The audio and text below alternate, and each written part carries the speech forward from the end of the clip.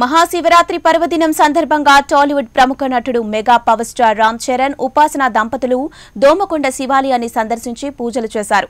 సంప్రదాయ వస్త్రాలు ధరించిన చరణ్ శివలింగాన్ని నీటితో శుభ్రం చేసి పూజలు చేశాడు. ఇందుకు సంబంధించిన వీడియోను ఉపాసన ట్వీట్ చేసింది.